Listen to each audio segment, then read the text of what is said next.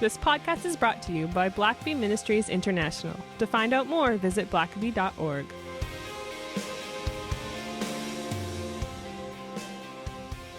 Well, welcome to the Richard Blackbeard Leadership Podcast. My name is Sam, and I'm your host.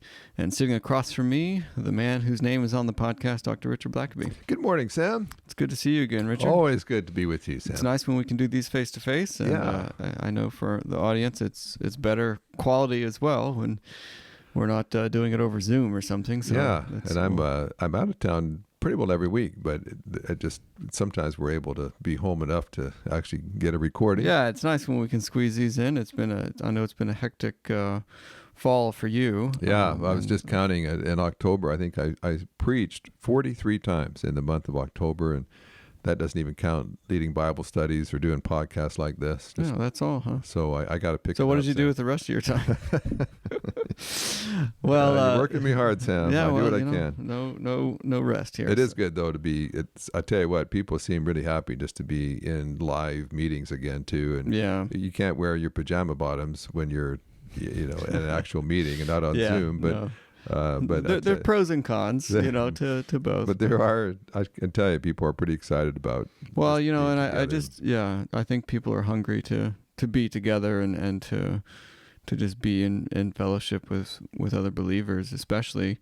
And I think you've experienced that with all the meetings that you've been to and just the receptiveness of the messages that you've been preaching. So I know that's been an encouragement. And so this week we want to look at really just being a person of your word and what does that mean and how can leaders better use their word. And as I said before we went live, I said, my suggestion is, actually use words.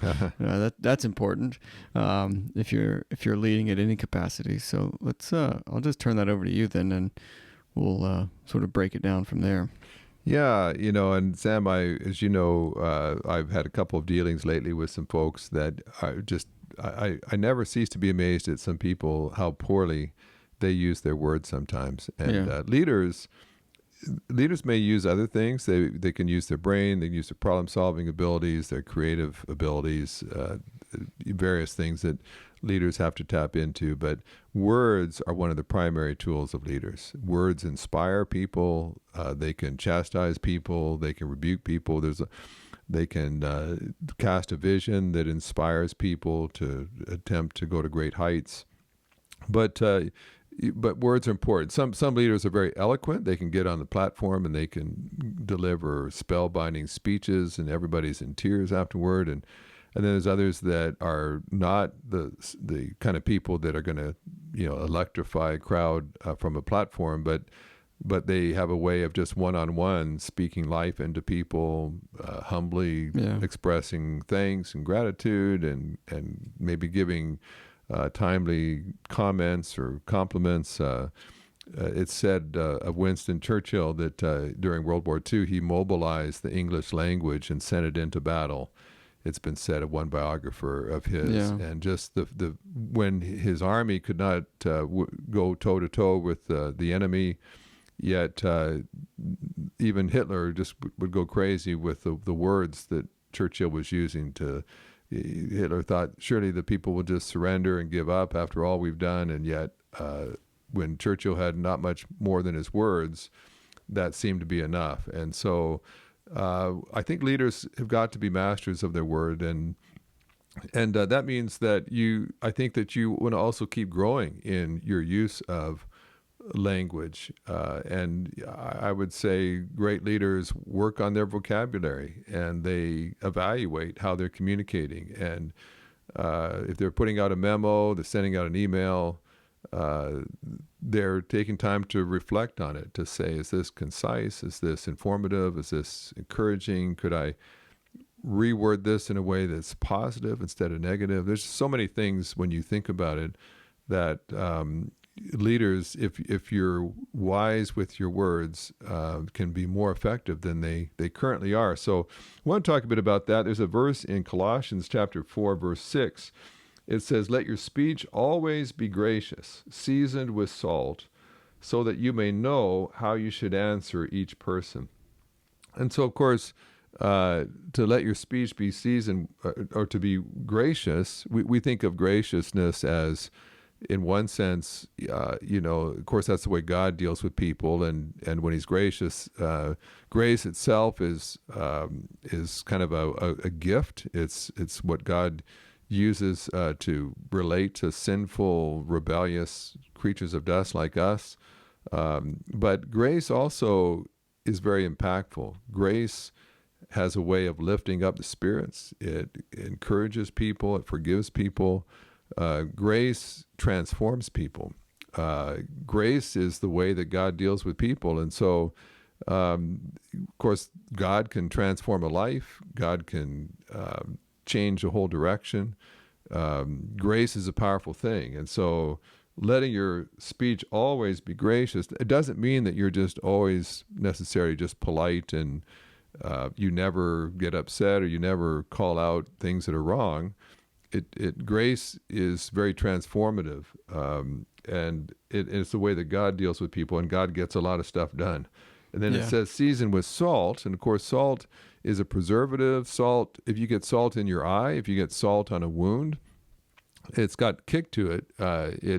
There's a lot that salt can do to add flavor, to add punch, to add taste. And so it's saying it's not, basically don't let your speech be bland. Don't let your speech be lifeless, like just tasteless kind of food that has no taste, no punch, no impact. But salt has a way of making your words basically impactful, memorable. And so it says, so that you may know how you should answer each person. And of course, that means that you don't talk to everybody the same way. And I'll tell you, some people, they just live with cliches. Everything is a cliche. Doesn't matter who they're talking to, if it's the person waiting on them at the restaurant or if it's their spouse or their direct report. They're saying the same things. And you figure that out pretty quick. Yeah. This person, my dad sometimes could say that, especially as he got older. He had these sort of sayings he would say to everybody, some stranger on an elevator, whatever. And you just kind of realize, well, that's nice, but he says that to everybody. So it's like, it's not personal. It's not that he necessarily noticed me. It's just, that's what that person always says. So, and so Colossians is saying, let your words be transformative, let them be impactful, let them be unique, let them be personalized. And so I think certainly as leaders, we need to ask ourselves, how could my word have the most impact possible? Why is it that some leaders, when they speak, everybody leans in and takes out their notepad and starts writing down what's being said, and other people, the audience is rolling their eyes and looking at their watches? Why is it some people, just when they speak, things happen, things change, people get excited, and other people can talk and talk and talk, and nothing results from that? And so just a couple of thoughts on that, some things you can do. One is, I think, just fundamentally, just speak the truth. Just say things that are true, and then back up your word. Make them true. So, and Sam, you know this. I've got a guy that I've been contracting with to do some building at my house, just trying to build a little add-on right now and some construction. And this when you talk to this person that I contracted with, boy, I tell you what, he is pretty high on himself and his abilities, and he tells you about all the great projects he's done, and he shows you pictures, and he is just like, I just can't believe I've lived this long and not had him do work for me before. But then you start to realize he's a lot of talk, and there's a lot of things he says he just doesn't come through on. And so he says, I'll be there on Monday, and Monday comes and goes, he's not there. And he'll say, I'll be next week for sure, no matter what, rain or shine, I'll be there all week long, doesn't show up. And I'll tell you what, it can drive you crazy after a while. Eventually, so far, he kind of does show up, but at the last possible moment, and the guy always has excuses. There's always an excuse why it didn't actually happen the way he promised it would. That it was raining somewhere in the state, and so he didn't want to take the risk, that they might get wet. Perfectly clear sunny day at my house, but somewhere, I'm sure in Georgia, it was raining, and so he decided to play it safe. And it just, I've been watching that. I'm just watching people that they say things and then they don't do them, and it doesn't matter how many excuses you have. At a certain point, and this guy really does think that he's like this great leader who talks big, but don't talk bigger than you can act. If you can't back up your talk, then talk less. Downsize your talk, but just let it be known that whatever you say, that's going to happen. And certain things can happen to anybody, but I'll tell you what, like when this guy said, I'll be there next week for sure. Well, if Monday, Tuesday, Wednesday rolls by and you haven't been there yet, probably good to call me and tell me why you haven't shown up, and it better be a great reason. But it ought to bother you. That's the thing that I don't get, Sam, with a lot of folks is it just doesn't seem to bother them that they're not following through with what they said. And I've seen a number of people recently that made commitments, that made promises, and then nothing, just crickets. And I don't know. I don't know what it is about certain people. Like I could not live with myself. I would at least have to call and say, hey, listen, I just want you to know I haven't forgotten. This happened. Like I'm really here. I'm working on this. I'm trying to get this in place. I should be able to get to you by this time, and I just want to keep you up to date. And so the question is, I'll tell you what. There's tremendous influence when a person says, like for this guy, this builder. If he tells me what he's going to do now, if he says, we'll be there Thursday, well, I'm not banking on that. Thursday I'll be watching, and maybe they'll show up, and I'll be actually pleasantly surprised if he actually did what he said. But I have no confidence. Now, the other people say I'll be there Thursday. I can set my watch by it. Like I know that if they're going to be there, and whether you're leading a business, whether you're leading a church, sometimes pastors can kind of be a little fuzzy on this too. They talk big, they talk eloquently, but then they don't always follow through, or they exaggerate what they're actually going to do. And I wonder too if it's just people not taking their own words seriously. That like, well, I'm just like they just feel the need to fill the space with words and verbiage, and there's just something that in them that makes it like, well, I just have to say all these things, and this is what this person wants to hear, but no inclination to actually follow through or to do what they say. For years, the dollar bill was backed by gold. There was a gold standard. There was a gold backing. And basically, in that day, you couldn't basically print more money than you had gold to back it with. And eventually, of course, the nation got off that because they wanted to print a lot more money. But I feel like your words need to have a gold standard as well, backing in the sense of your words need to always be backed with action. And what's happened is we've separated that. And so now we do a lot of talking, but we don't feel obligated to back it up with action. And certainly politicians do that all the time. We're kind of used to that, but just promises, and there's no inclination, no one really thinks it's going to happen. It's just what was said to get elected. But there's enormous power if you begin to build a reputation. And the reputations are hard won. It takes time.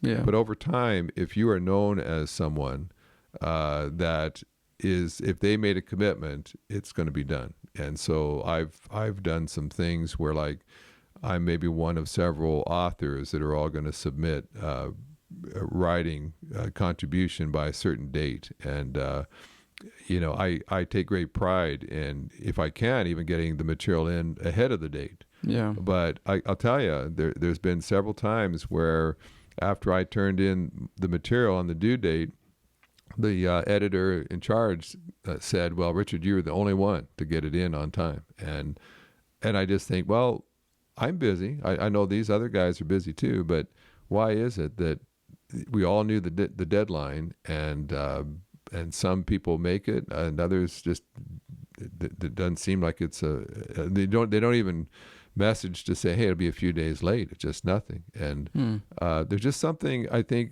eroding our society right now, where words are becoming so cheap that it also gives you a great opportunity, because in an age in which words are cheap, if you always back your words up with action, I'll tell you what, you're going to stand out and you're going to have more influence. Well, that's a big one, is just say the truth. And the only way it's going to be true is if you make it true. So if you make a commitment, those are just words, but if you back up the commitment, now you've made it true, because you said it and it actually happened. And so just take great pride in backing up your word. When you make a promise, no matter how awkward or inconvenient it might be to follow through on that promise, just realize you're forfeiting a lot as a leader if you don't follow through now and keep the promise that you made.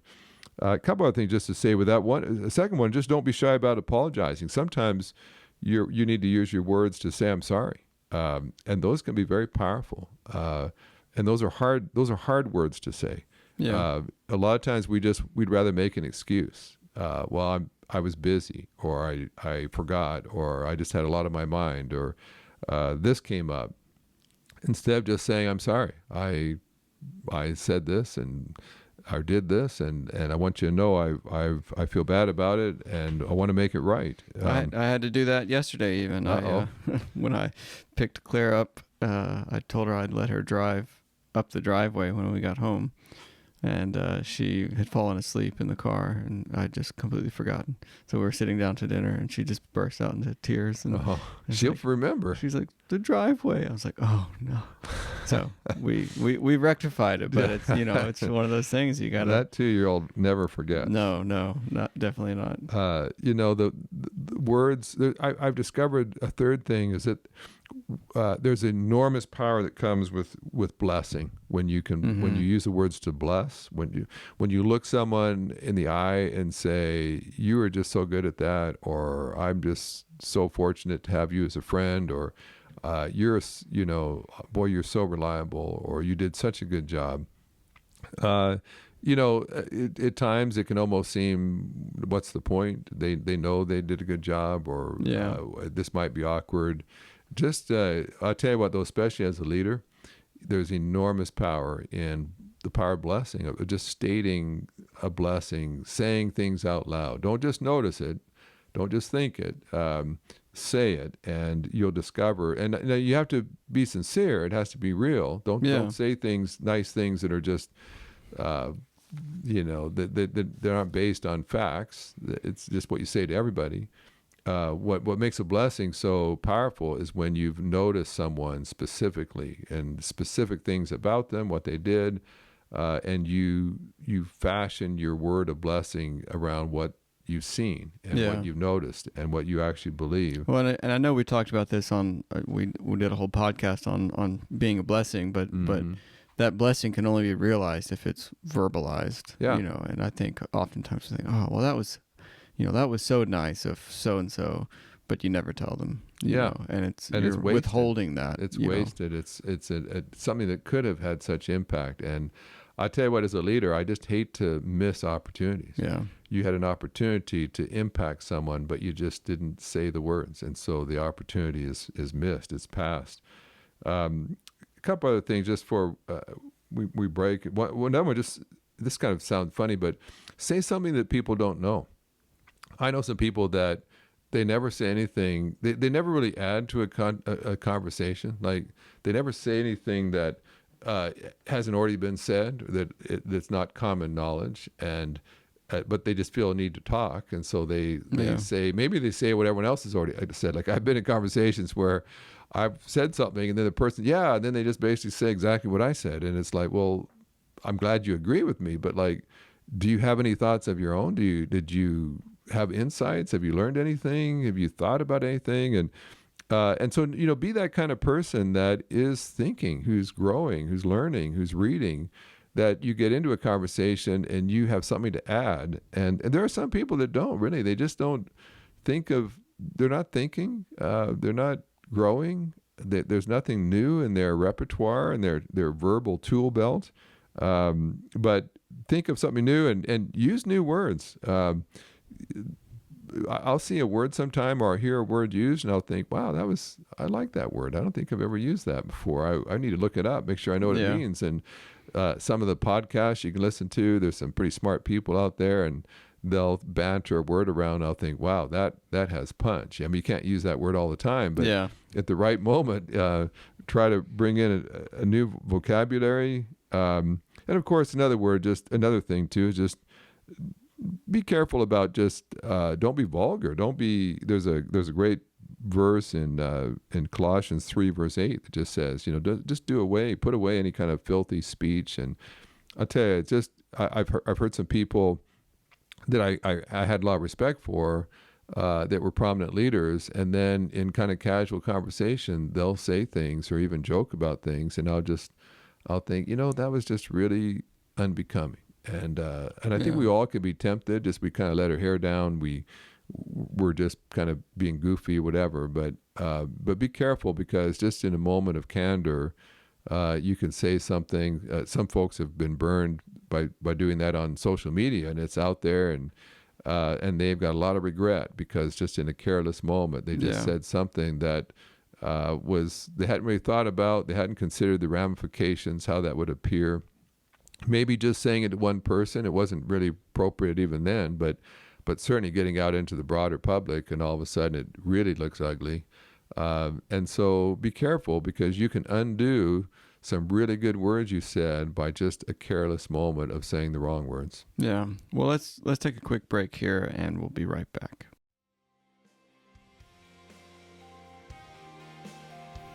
I just wanted to take a few minutes to highlight one of the many resources at blackabystore.org. This is where we house all of Blackaby material, and the one I want to talk about today is the Blackaby Study Bible.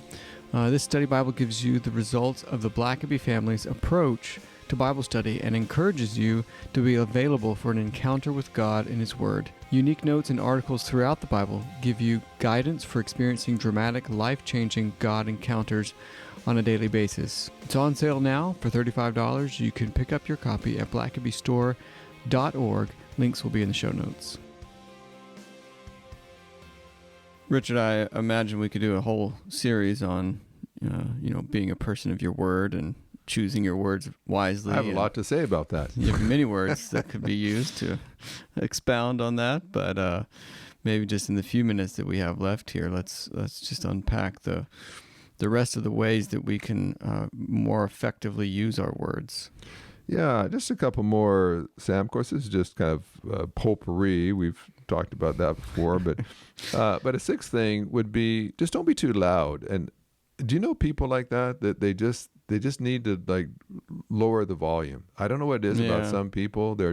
I know, but I tell you, they're almost shouting when they're. Oh, I was in a airport lounge the other day, and this guy, you'd think like he was addressing the multitudes, and he's on his phone, but just talking loud enough so that everybody else in the entire room. That's so awkward. You just had to listen to this guy. Conversation. It's like, you don't have to talk nearly so loud. Yeah. Or sometimes they're talking to someone else. And I've had people talking to me before where it's like, you're just sort of embarrassed. It's like, do you know how loud you are right now? Like, do you find yourself speaking intentionally quieter the louder? I'll do that. Trying to get this come on, message. Man. It's like, I don't want everyone else listening to our conversation, and they shouldn't have to. They have their own conversations. But and sometimes I'll get in that where, like, at times when I've been speaking a lot, and then maybe I've been in loud airports and other places, and I've just been having to talk a little bit louder just to be heard. And then I come walking home into our quiet house, and Lisa, my wife, often will just say, "No, you're not on the platform anymore. Turn take off your preacher voice, and just talk normally." And so, I mean, I can be guilty of that too, but again, let the impact of your words not be by their volume, but by their content. Say things that have impact. Don't just shout. It's like the famous line about the pastor who wrote in his sermon notes, weak point here, shout here. It's kind of like, okay, I'm not really saying much here, so I better it say also it louder. reminds me of when, if you ever travel to another country and you don't speak the language and you're just trying to slow down and turn up the volume of your English. It's Yeah, like, you just because you say it slower and louder doesn't make it more comprehensible. Yeah, that's right. They still don't know what you're saying. Yeah, You're just shouting You're it just- now. But yeah. So, and another one I would just say is, don't say too much. There are some people that I know that they use way more words than are necessary, Or and verbose. they repeat themselves. I know some people, like, literally they'll come around 3-4 times and tell you the exact same thing, and it's like, okay, you said that, yeah, okay, I got that. Is there anything else you have to say? But it's like, you could reduce, and so you might have had a 40-minute conversation with them, but they said about 10 minutes worth of stuff. And so just kind of monitor it. And I have, I can have to watch that too. If sometimes you're just having fellowship, you're just talking, not so much to communicate as just to spend time with each other. But still, it's like, if I've got 30 minutes with you, I hopefully I can come up with 30 minutes of different stuff to say to you, not 30 minutes of saying 10 minutes worth of stuff. Yeah. And so a lot of conversations would actually be a lot richer if we just said less, but we were more focused, intentional. We said it once, and then we moved on to something else, or we stopped talking and let the other person talk. An 8th thing, of course, just don't gossip. The Bible has a lot to say about that.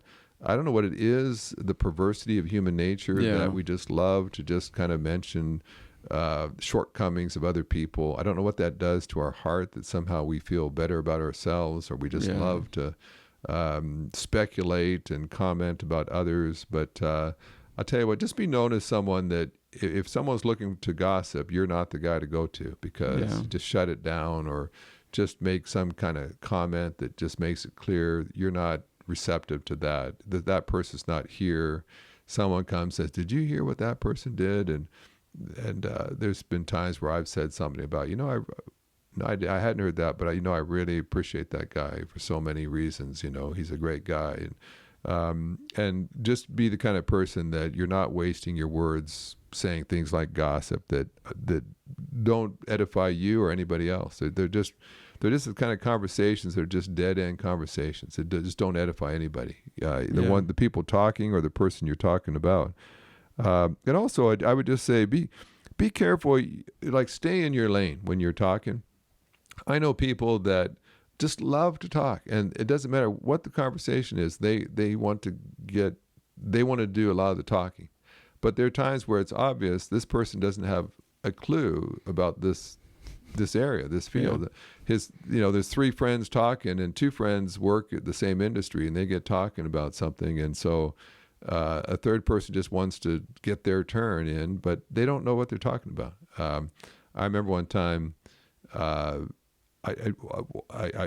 feel kind of bad about this, but I was in a 3-way conversation one time, and 2 of us were talking about homeschooling. Well, 2 of our kids homeschooled for a while, and this person homeschooled all their kids. The other person had never homeschooled a day in their life, and so they kept wanting to break in and talk about homeschooling. Well, they didn't know what they're talking about, and I finally kind of said, well, you've never done it. Like, the 2 of us are talking about what we've actually experienced here. And it just seemed kind of strange. Like, that's a time for a person to say, well, okay, this isn't my lane. Like, I don't know this. This is probably a place I should be asking questions. Well, tell me about your experience. What did you find? Or I've heard this, or I've heard that. What did you find? But there are times, like in any conversation, where you can't be an expert on everything. And so there's just times to probably listen, or ask questions, or let the other person take the dominant lead, because that you're just not an authority on that. And so if you are an authority, then you may take the lead a bit more. But don't feel like it's equal time for everybody. There's times where you just need to acknowledge this. I have a lot to learn here, so I probably need to say less. And kind of along with that, I know some people that sort of play verbal tennis. It's kind of like, whatever gets, I want my time. They just talk for 2 minutes about something that I know nothing about, but I'm going to talk for 2 minutes now, and it's my turn, but I know nothing about this. And don't feel like it has to always be equal time. Yeah. If you are the expert, if you are the one that has a fresh new experience, if you've got something burning on your heart, then maybe you take the lead. But don't feel like you always need to say just as much as the other person. In fact, My dad was often kind of known for the opposite, that someone else would talk and talk and talk to him, and then he might have one sentence that just encapsulated everything they needed to hear, and he just stopped. He said, "You don't, it's going to take you the next year just to respond to that one statement. Why say any more?" And I've had people say, after they made this lengthy presentation to my dad, he would make basically one comment, and that was it. That's all you need to hear. And so oftentimes less is more. Don't feel like you got to say just as much as the other person did. And then maybe just a last thing to say today is just read the cues. Pay attention to body language. Sometimes the conversation's done. Some people don't realize that, but I think we pretty well said everything we need to. Yeah, I think Time we've to move covered on, everything. Yeah, we both have other things to do, but some people just don't get the cue. You have to pretty well, physically just remove yourself from the conversation. It's like, okay, this conversation is just not going to end unless I end it, because they want to keep talking, or maybe it's getting uncomfortable. Maybe I've crossed a line here. Maybe I've just said something rude or hurtful, if you don't recognize the cues, then you may keep on talking when it's time to be quiet. Or maybe you need to just be kind of careful. I've just kind of said something hurtful, and I need to apologize. I need to backpedal here and realize, okay, I don't need to go down this lane any further. And some people just don't pick up on the cues. And so they're constantly just saying the wrong thing, offending people, saying rude things. If they just stopped and thought for a moment, it would be obvious that that's not where they want to go. And people will they'll say things that are burning bridges for them instead of building bridges. Some people just have a way of saying things that just draws people to them. Other people don't realize that they're constantly erecting walls and offending people. And I've watched this a number of times. Someone will say, well, what do you do? And well, I'm a teacher, or I'm a fireman, or I'm whatever. And then the next comment is something that basically puts down that profession, and it's like, well, why would you think that would be the right response? Why would you think, I know you're trying to be funny, but you just basically trashed this person's profession, and you think you don't think that that's not going to... You think there's going to be a conversation that comes after that? But it's just people that are not thinking, they're not paying attention to the cues of the downcast look, the kind of the stifled conversation, the look in the person's eyes. Yeah. And so, just to kind of circle back around, just say words are important. Leaders need to use their words wisely. Yeah. And be evaluating. It was said by one of Winston Churchill's friends that he spent many, many hours working on impromptu speeches. It was kind of like nothing was really impromptu with Churchill. He had practiced and prepared, so that what seemed like just an off-the-cuff comment was something he'd thought much about. And I think there's something to some of that, to say, just be thoughtful about your words, work on your words, measure the impact of your words. I've come away from conversations and, myself, and thought, man, I talked way too much. I should have just cut it short there. I should never have gone down that alley. I should have asked more questions. I shouldn't have talked so much. I was a little too into myself today. Next time I'm going to just really focus on them. And I think every leader can grow in that area. Few leaders just are always good at that. I think we all have areas to grow in, but this is a day, especially with social media now, that so many words are being spoken and written and communicated, that I think we just have to really hunker down to make our words count, to be impactful. Yeah. And so this week, you may think that your words are brilliant and insightful, but take time to reflect on the impact your words are having. Yeah. And I'll tell you one thing: you may think that you're brilliant, but if nobody is asking your opinion, no one is asking you to speak, no one is calling you up wanting to hear what you have to say, then maybe your words are not as impactful as you think they are. And maybe this is a good time to say, maybe I need to do a major overhaul and audit of the kind of words coming out of my mouth, and just be a little more focused, a little more impactful in the days to come. Well, there's many more words that we could use to discuss this topic, but I think this is a great place to leave it. And again, appreciate you taking the time. And if those listening have questions ever, feel free to reach out, podcast@blackbeard.org. We'd love to hear from you. And with that, we'll leave it there. Thanks for listening to the podcast. If this is something you enjoyed, it really makes a difference if you leave a review and a 5-star rating on Apple Podcasts or wherever you listen. Don't forget to subscribe and share with your friends. We always love hearing from our listeners, so email us at podcast@blackbeard.org.